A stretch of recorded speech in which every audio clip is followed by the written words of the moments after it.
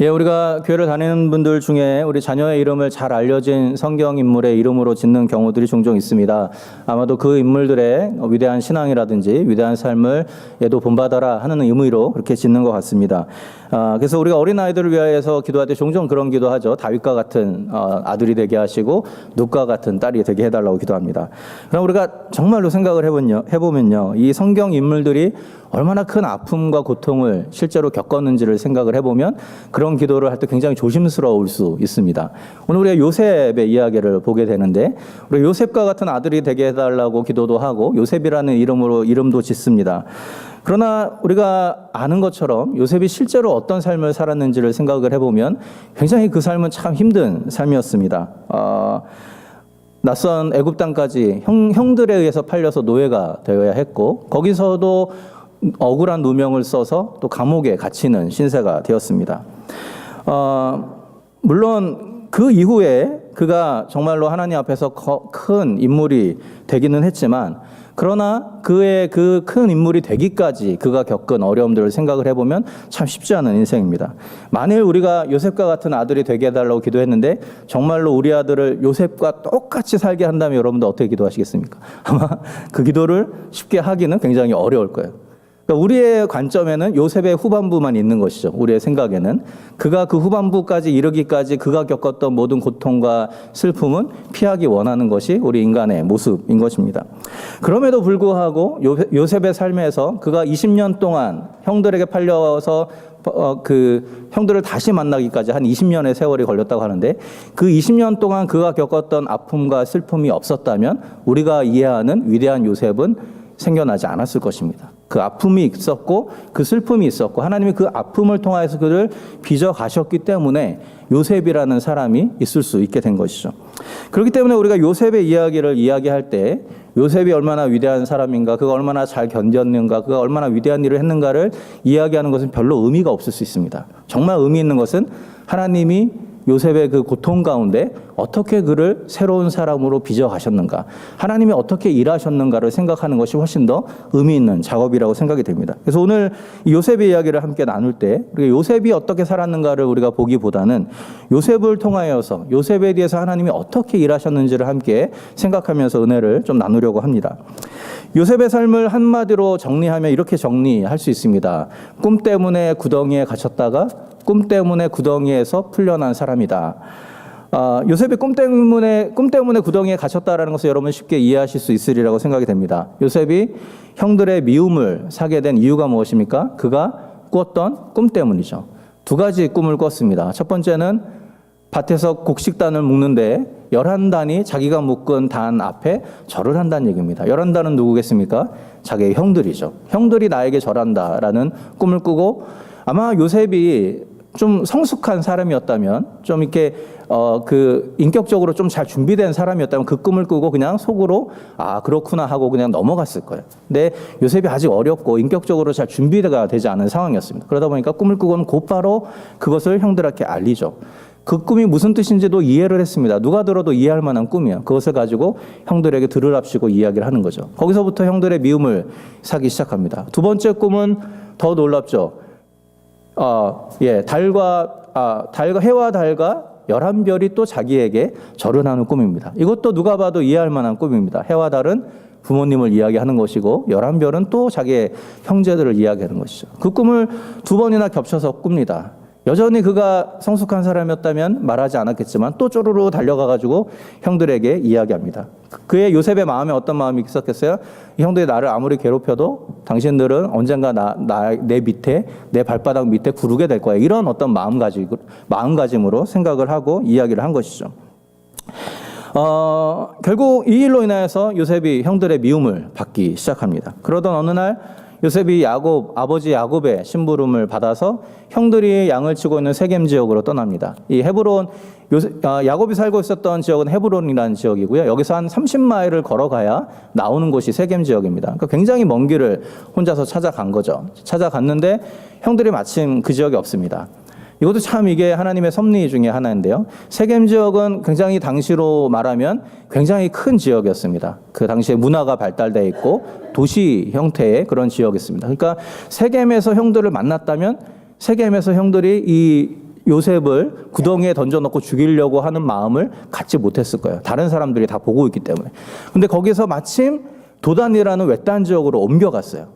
그러니까 형들을 찾자가 없으니까 사람들에게 물어봐서 도단이라는 또 17마일을 저 안쪽으로 들어가야 되는 곳으로 옮겨갑니다. 아주 정확한 타이밍에 정확한 환경에 요셉이 형들을 찾아가게 된 것이죠. 형들에게는 아주 절호의 찬스였죠.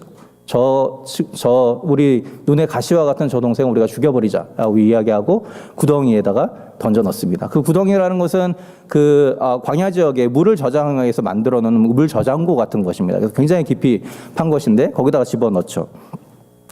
형들이 왜 그를 죽이려고 했는지에 대해서 이 창세기 37장 20절에 보면 이렇게 형들이 분명하게 이야기합니다. 자, 그를 죽여 한 구덩이에 던지고 우리가 말하기를 악한 짐승이 그를 잡아먹었다 하자. 그 꿈이 어떻게 되는 것을 우리가 볼 것이니라.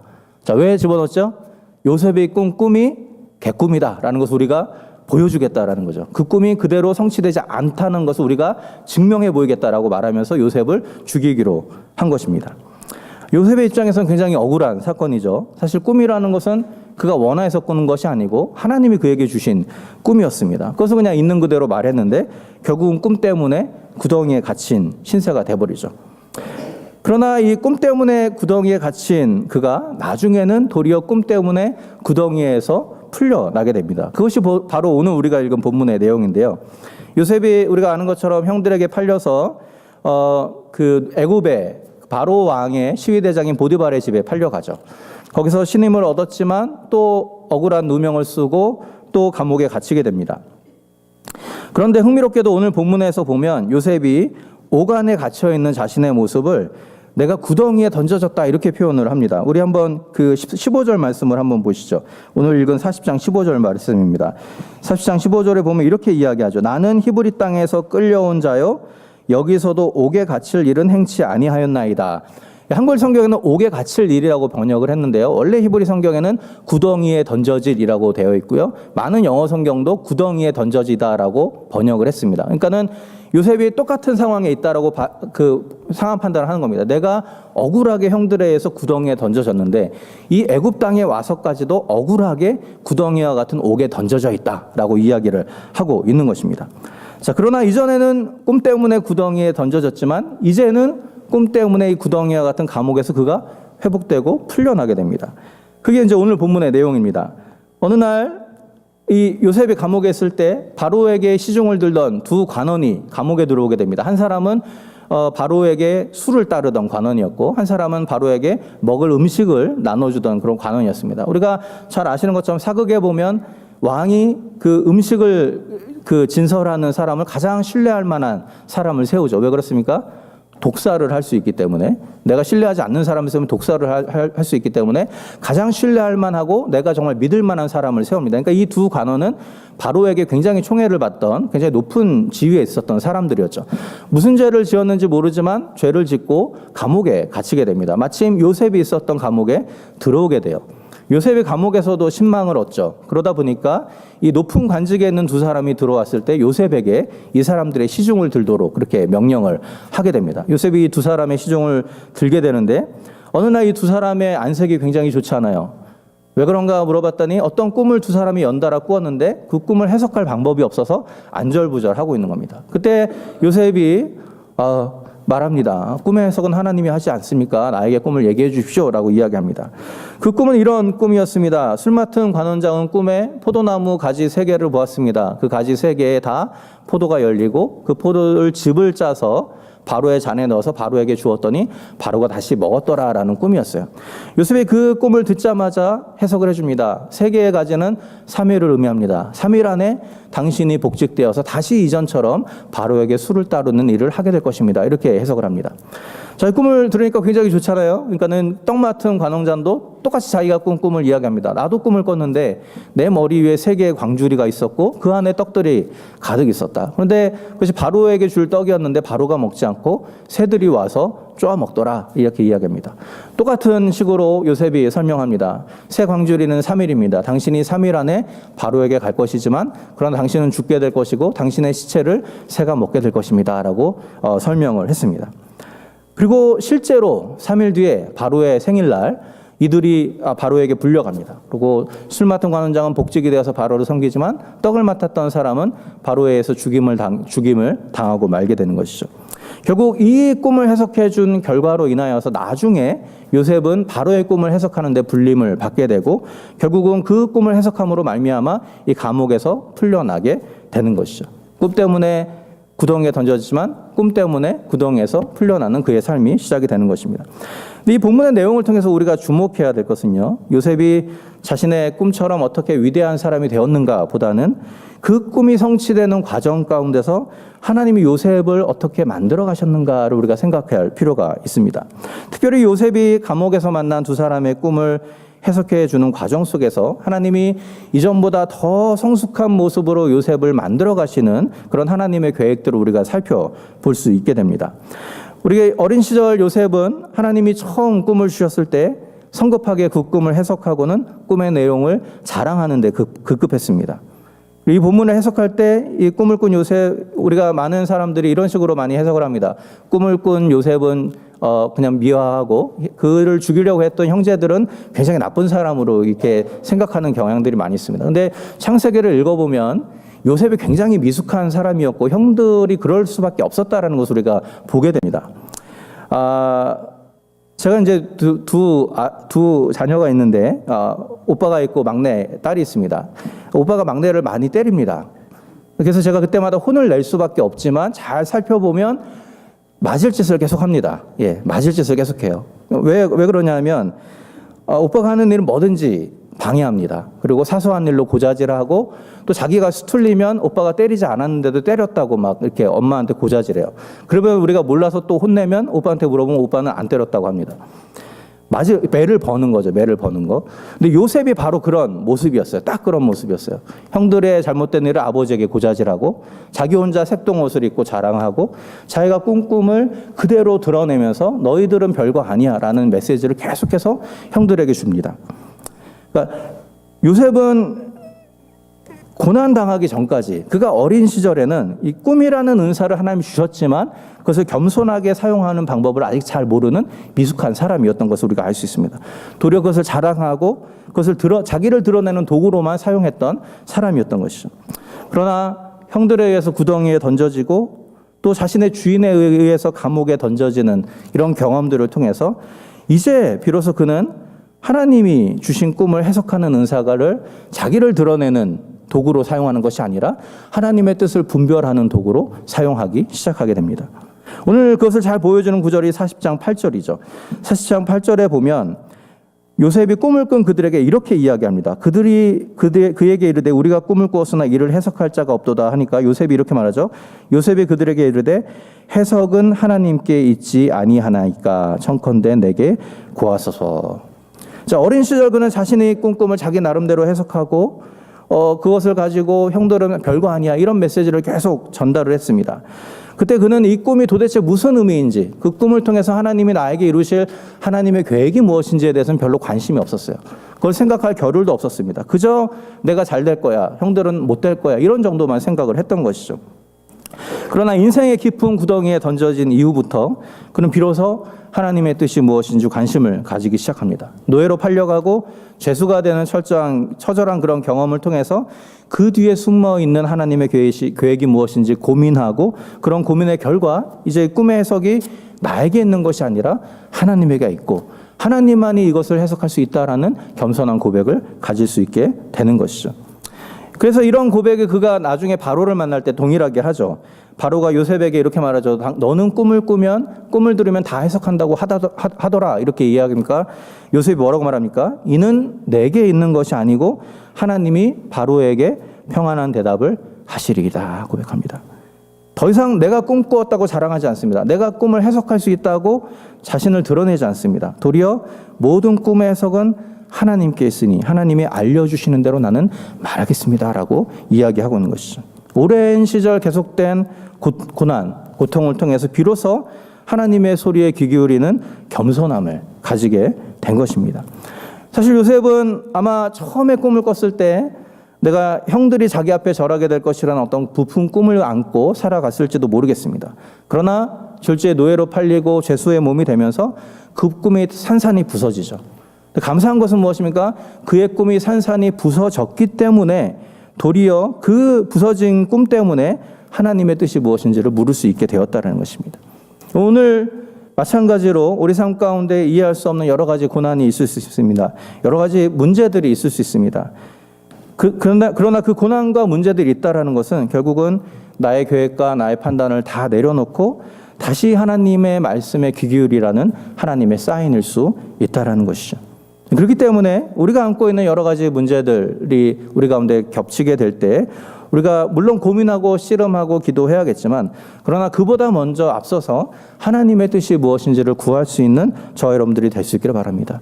요셉이 말한 것처럼 하나님께서 평안한 대답을 바로에게 주실 것입니다. 하나님께서 평안한 대답을 나에게 주실 것이고 하나님의 평안한 대답을 우리의 삶 가운데 허락하실 것입니다. 이 믿음의 고백을 가지고 주 앞에 나아가며 잠잠히 그분의 인도하심을 따라가는 저와 여러분들이 될 수 있기를 바랍니다. 두 번째로 이 하나님은 고난을 통해서 요셉이 철저히 인간이 아닌 하나님을 의지하는 사람으로 만들어 가고 계셨습니다.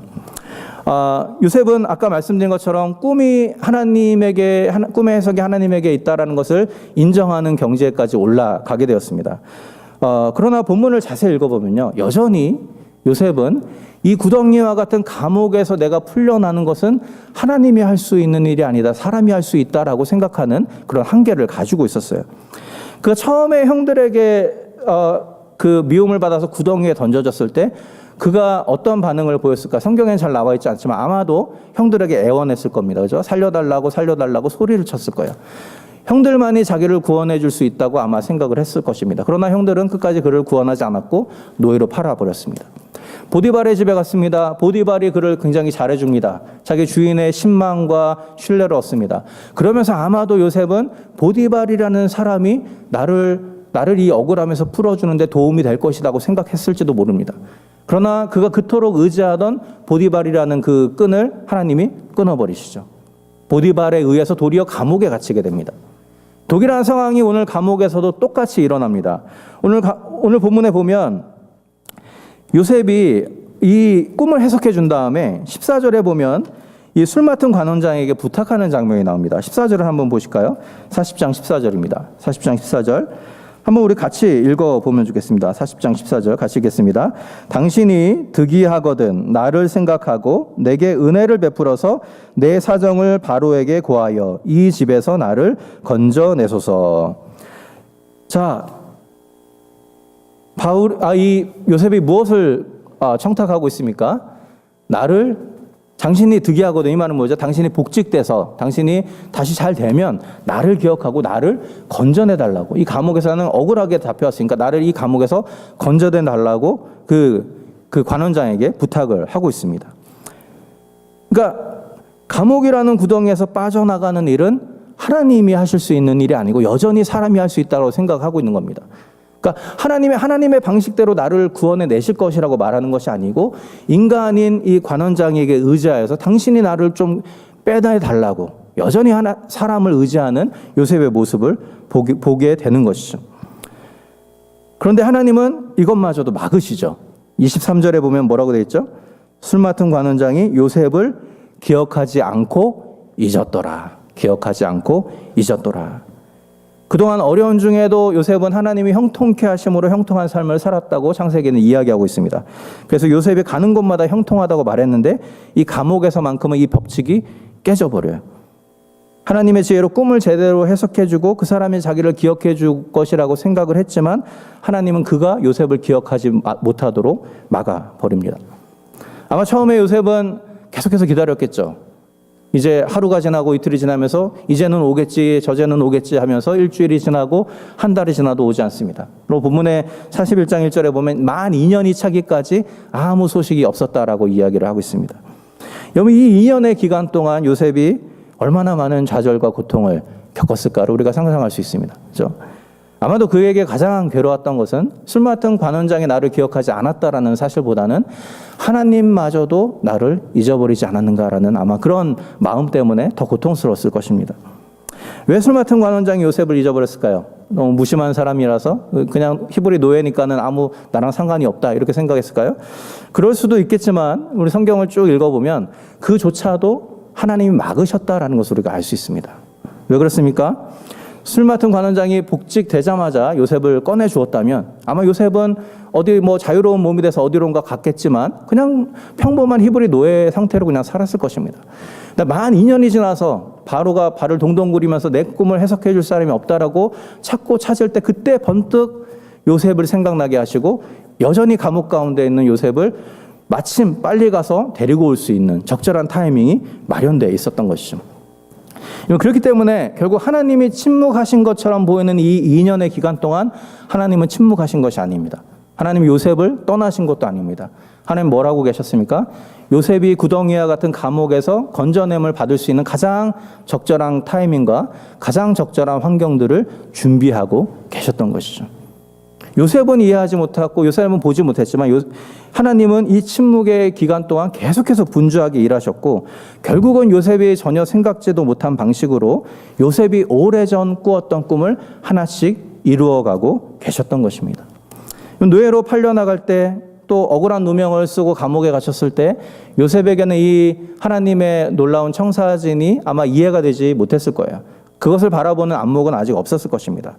그래서 아마 그의 삶은 굉장히 힘들었을 것이라고 예상이 됩니다. 그래서 나중에 20년이 지난 다음에 형들을 만날 때 그가 어떤 반응을 보입니까? 형들하고 대화하다가 몰래 도망가서 혼자 울고 나와서 또 얘기하다가 또 몰래 들어가서 혼자 울고 그 말은 20년 동안 그 속에 가지고 있었던 증오와 미움과 분노가 해결되지 않은 채로 계속해서 있었다라는 의미입니다. 굉장히 힘든 삶을 살았습니다. 그럼에도 불구하고 오늘 본문을 통해서 우리가 알 수 있는 것은 뭐냐면 그 아픔의 시간 동안 하나님은 요셉이라는 사람을 계속해서 빚어가고 계셨다는 것이죠. 인간이 아니라 하나님을 의지하는 하나님만을 의지하는 하나님의 백성으로 계속해서 빚어가고 계셨다는 것이죠. 그 과정이 있었기 때문에 요셉이라는 위대한 사람, 결국은 그가 나중에 고백한 것처럼 당신들이 나를 버렸다고 탓하지 마십시오라고 이야기하죠. 하나님이 당신들 앞서서 나를 이 땅에 보내셨습니다. 하나님이 당신들을 구원하기 위해서 나를 이 땅에 보내셨습니다라고 고백하게 됩니다. 그 고난의 과정을 통하여서 하나님이 어떤 일을 하시는지를 볼 수 있는 안목이 열리게 된 것이죠. 여러분, 하나님의 모든 것을 주관하는 것이 사실이라면 깊은 구덩이에서도 빠져나올 수 있는 길이 열리게 되어 있습니다.